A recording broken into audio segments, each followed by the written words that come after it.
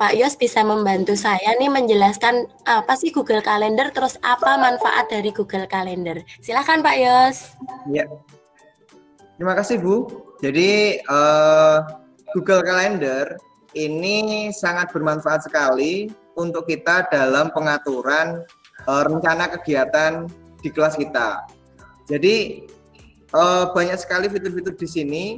Yang paling berkesan bagi saya itu apabila saya membuat jadwal, misalkan saya memberikan tugas hari Senin, terus kemudian untuk hari Rabu itu tugas dikumpulkan.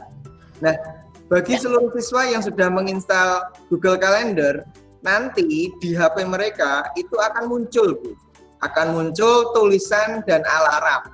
Jadi nanti kalau anak-anak yang suka bohong, nggak tahu Bu, lupa tugasnya kapan, nah itu nggak akan terjadi karena di HP mereka itu akan tertulis mengumpulkan tugas IPA, misalkan seperti itu. Terus kemudian selain ada fitur pengingat demikian untuk seluruh kelas kita, itu juga kita bisa menjadwal, ini terintegrasi dengan juga Google Meet. Nah, sehingga seperti hari ini saat kita mau meet dengan Bu Vinda, di HP saya sudah dijadwal Bu Vinda, itu ada alarmnya, meeting dengan Bu Vinda itu jam sekian, sehingga fitur-fitur yang penyakit lupa seperti saya itu sangat tertolong sekali Bu Vinda di Google Calendar ini. Itu Bu Vinda. Untuk cara-caranya mungkin bisa ditunjukkan sama Bu Vinda ya. Betul Pak Yos. Mungkin saya bisa menjelaskan nih cara-caranya supaya kita bisa mengagendakan pertemuan baik dengan guru ataupun murid. Kalau masa PPKM seperti ini kan kita butuh komunikasi atau rapat-rapat intern nih. Nah, itu bisa kita manfaatkan melalui Google Meet yang sebelumnya kita agendakan melalui Google Calendar. Kita langsung saja nih Pak Yos untuk membuat Google Calendar atau rencana pertemuan, kita bisa klik create di sini. Nah, di sini kemudian kita beri judulnya, title-nya mungkin pertemuan rahasia kita, nah, misalnya nih. Nah, terus eventnya ini merupakan out of office atau apapun, itu terserah Bapak Ibu Guru. Enggak juga nggak apa-apa. Terus waktunya nih, misalnya kita buat hari ini nih, terus kita kencan nanti malam minggu ya, habis Isya misalnya. Nah, kemudian di sini ada tulisan all day. Nah, itu tuh apakah pertemuannya itu mau dilaksanakan seharian atau hanya beberapa jam saja. Nah, jangan lupa di bagian time zone-nya nih Bapak Ibu untuk memilih waktu di sini, yaitu GMT, Greenwich Mean Time plus 7 atau 7. Nah, kalau kita punya teman ya Pak Yos, Mbak Yanti itu kan dari Kalimantan. Jadi dia pasti milihnya adalah GMT plus 8 gitu. Nah, kemudian itu Bu Yanti yang membuat jadwal. Tapi kalau kita kita yang membuat jadwal, ya nanti akan sendiri Bu ya. Betul sekali. Nah, Bapak Ibu nih, misalnya nih kita kan belum tahu nih email dari Bapak Ibu yang akan bergabung dalam pertemuan ini. Maka kita biarkan saja nih kosongin aja dulu. Kemudian kita klik Google Meet-nya. Bapak Ibu juga bisa memberikan informasi lokasinya, tapi biasanya sih tidak diisi gitu. Ketika kita save akan muncul, nah ini dia sudah muncul di sebelah kanan. Nah, ternyata nih Bapak Ibu setelah membuat jadwal pertemuan ada yang harus diedit. Maka kita klik saja. Kemudian di sini ada menu pensil. Nah, ini adalah edit event. Kalau ini menu sampah adalah untuk menghapus event tersebut. Misalnya nggak usah deh, nggak usah ada pertemuan untuk hari ini, kita nggak jadi kencan. Nah, di sini juga ada fitur email nih, email guestnya. Ini untuk bermanfaat jika alamat dari Google-nya ini, undangannya kita bisa kirimkan melalui email. Begitu Bapak Ibu. Nah, di bagian titik 3-nya, jika kita mau melakukan duplikasi itu atau mengcopy itu bisa. Nanti Bapak Ibu bisa dicoba ya. Kita edit dulu nih, kita coba edit. Nah, ini adalah tampilan editing dari pertemuan kita. Sebentar Pak Fit. Halo. Oh. Udah tak hidupin. Wes, udah. Oh, yo sik bari kita cek. Mungkin ini nih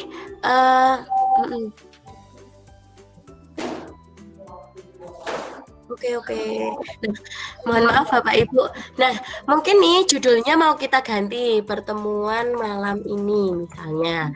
Kemudian ada lagi yang mau diganti adalah untuk memberikan notifikasi kepada teman-teman yang bergabung. Itu 10 menit sebelumnya dan kemudian juga ada notifikasi yang berupa email. Nah, seperti itu. Jadi ada double notifikasi. Kemudian Bapak Ibu juga bisa mengganti keterangannya. Kemudian kita publish saja, nggak apa-apa.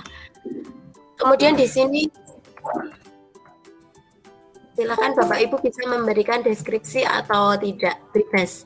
Nah, di bagian kanan nih yang paling penting untuk pengaturan guestnya, ini kita bisa menambahkan langsung orang-orang yang ingin kita ajak bergabung, tetapi kita juga bisa membagikan link ini kepada teman-teman yang ingin kita ajak bergabung melalui undangan. Nah, di sebelah kanan ini tamu yang kita undang itu bisa melakukan apa saja. Mungkin dia bisa menginvite orang yang jadi tamunya atau melihat tamunya seperti itu. Mungkin dari tampilan ini Pak Yus ada yang mau ditambahkan? Ya, sudah Bu. Cukup ya, kita save.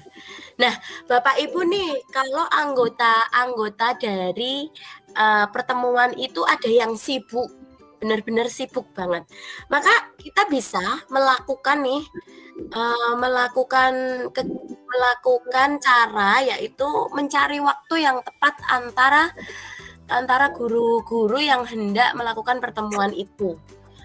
Misalnya saya tambahkan Pak Fitri di sini. Saya pengen tahu apakah Pak Fitri itu punya kesibukan hari ini atau enggak. Nanti bisa kita manfaatkan menu find a time. Nah, ternyata nih Pak Fitri nih jam 1 nanti ada agenda. Jadi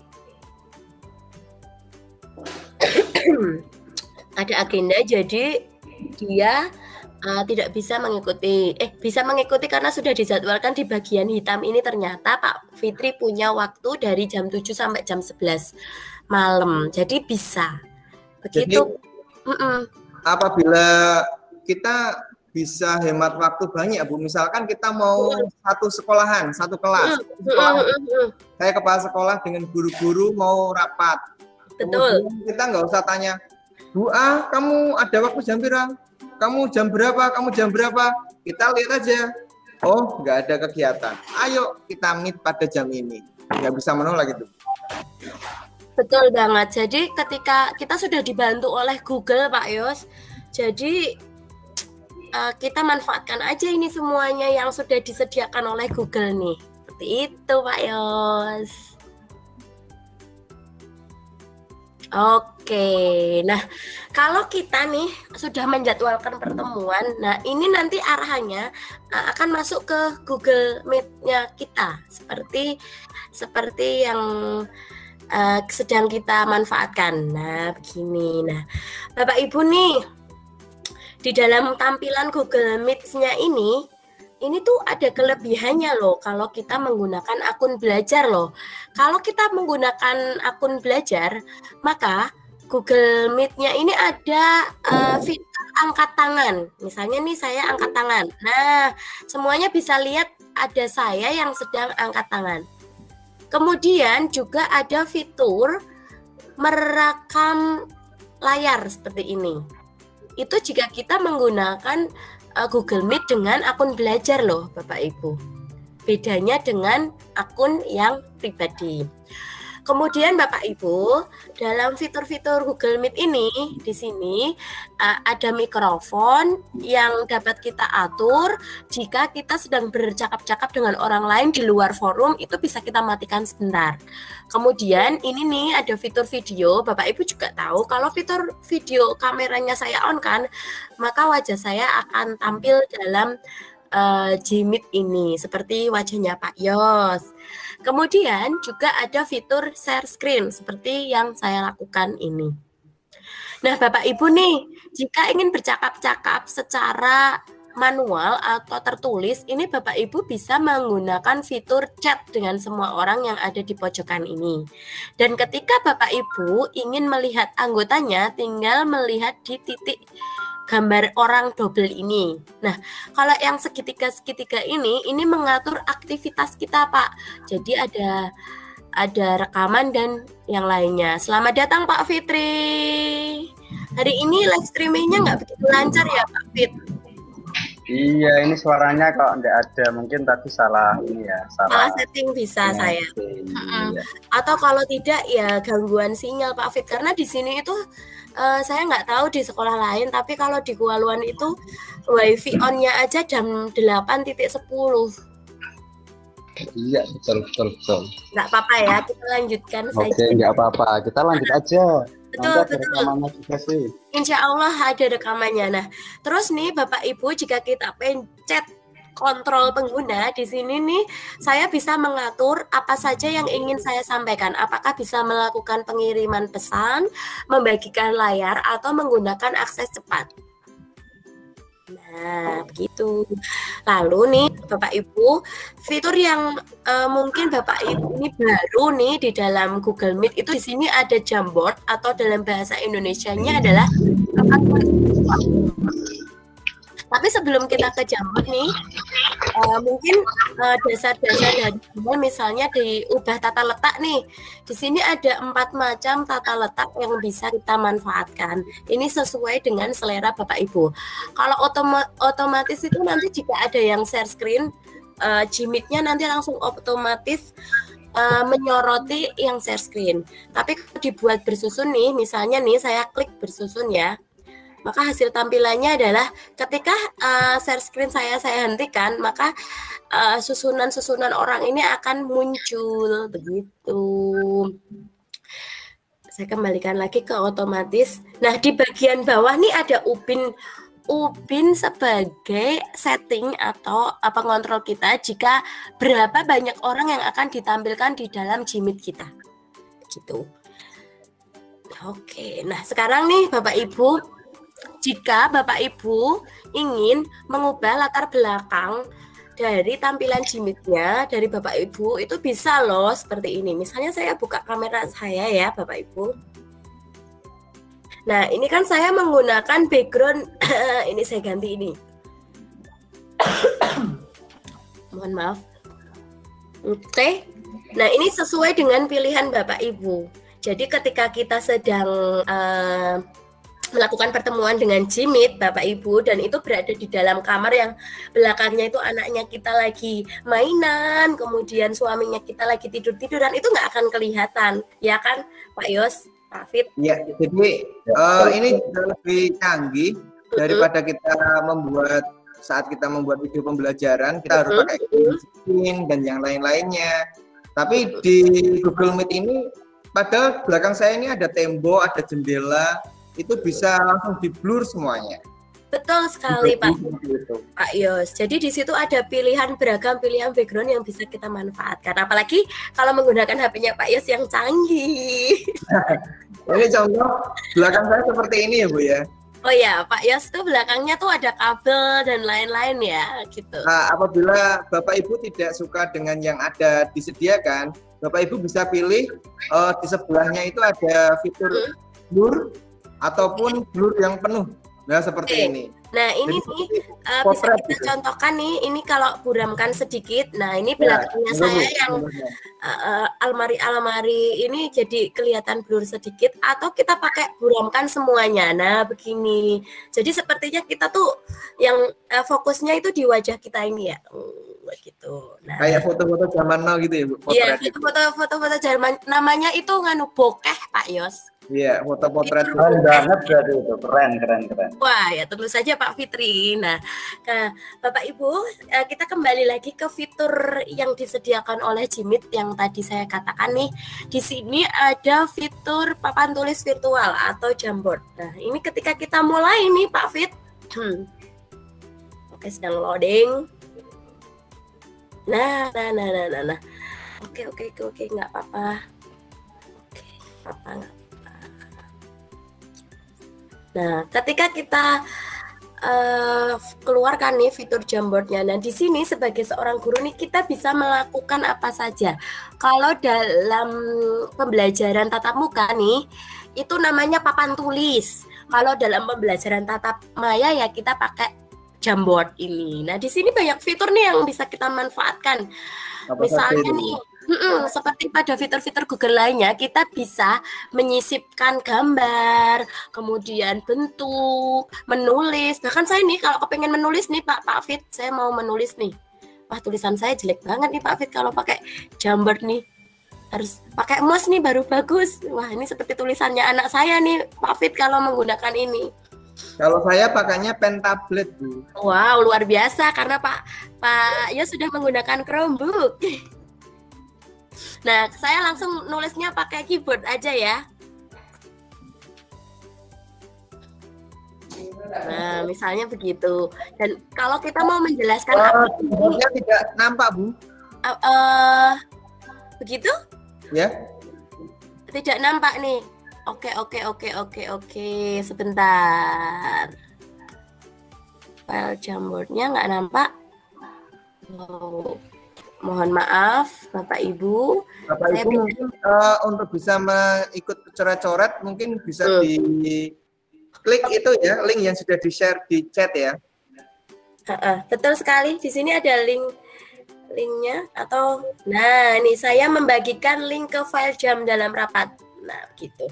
Nah, tampilannya ini sambil dijelaskan juga ya Pak Yos, mungkin teman-teman yang mau bertanya langsung ketik aja di kolom chat, nanti saya bantu untuk membacakan gitu. Nanti Pak Yos sama Mbak Bunda kan sedang ini, biar nanti ada yang bertanya lewat chat, biar tidak ini waktunya tidak terbuang nanti. Jadi ketika misalnya nih Bapak Ibu ingin anak-anak latihan presentasi, gunakan aja Jamboard ini. Luar biasanya sih begitu. Jadi kita bisa tahu anak-anak tuh mau nulis apa nih. Pak Yos nulis nih pakai pensil tab-nya yang ada di Chromebook-nya dia. Oke. Nah, aku juga bisa memasukkan Pak Fitri nulis tuh. Mungkin teman-teman juga bisa ikut bergabung dalam Jamboard. Nah, apabila tambahan Bu, apabila untuk bisa berpartisipasi di Jamboard, maka anak-anak harus install aplikasi Jamboard di HP mereka. Betul banget Pak Fitri. Jadi supaya lebih memperlancar nih kegiatan kita ketika presentasi pembelajaran ketemu dengan anak-anak, maka anak-anak disarankan untuk menginstal Jamboard di aplikasi HP mereka supaya mereka terbiasa menulis di papan tulis gitu ya Pak Fit gitu. Pak Yos. Oke, mungkin ini fitur-fiturnya silakan Bapak Ibu coba nih. Saya nggak suka tulisannya tulisannya saya nih, saya coret-coret nih. Ini benar-benar bisa ngajari ini ya, ngajari anak-anak kita dalam menulis ini.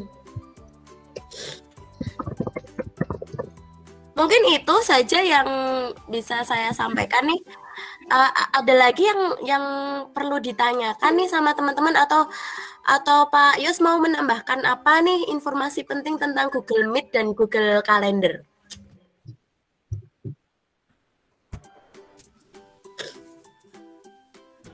Pak Yos. Mute Pak Yos mute. Pak Yos masih mute, lupa dibuka. Iya, maaf. Jadi fitur-fitur di Jamboard itu bukan hanya bisa coret-coret ya Bu ya. Jadi di sana kita bisa memasukkan gambar, kemudian kita juga bisa masukkan kotak teks, dan kita juga bisa menggunakan laser. Laser di sini apabila kita punya gambar, kita mau menunjukkan kepada siswa, nah itu ada gerakan-gerakan laser yang sangat menyenangkan. Nah ini lasernya nih Pak, tweng gitu. Iya. Terus kemudian kita juga bisa melihat siapa saja yang sudah menulis ataupun kemudian kita bisa mengetahui siapa yang iseng di sana. Terus kemudian kalau papan tulisnya sudah penuh, kita juga bisa hapus ya Bu ya. Bisa mau ganti papan tulis boleh? Iya, papan tulis juga latar belakangnya juga bisa kita ganti. Misalkan kita mau membuat bangun ruang, nah itu kita bisa memanfaatkan garis kotak-kotak kecil gitu kalau buku matematika Ibu ya. Betul sekali. Nah itu terus kemudian tadi untuk kembali sedikit Bu di Google Calendar. Nah di Google Calendar itu tadi kalau kita bisa membuat banyak kalender. Tadi belum disinggung sama Ibu ya cara membuat kalender. Jadi misalkan belum menyinggungnya sama sekali gitu. Iya, jadi kita tidak usah bingung tentang apa namanya satu kalender nanti banyak kegiatan. Nah, kita buat aja kegiatan KKG, kegiatan kita pada hari apa saja. Kemudian kegiatan di kelas kita membuat kalender kelas, kemudian membuat kalender sekolah. Itu semuanya bisa kita buat sendiri-sendiri. Jadi kita nggak bingung. Terus kemudian juga nanti kita semuanya akan tersinkron di sana. Jadi asik banget. Iya, karena semua kalender yang kita buat itu sudah terekam nih di bagian sebelah kiri, di bagian My Calendar ya Pak Yos gitu. Terus Bu. Ya, jadi ketika kita mau melihat ini contohnya melihat kalender yang lain itu pasti nih akan muncul gitu. Tergantung kita mau memunculkan kalender yang mana seperti itu.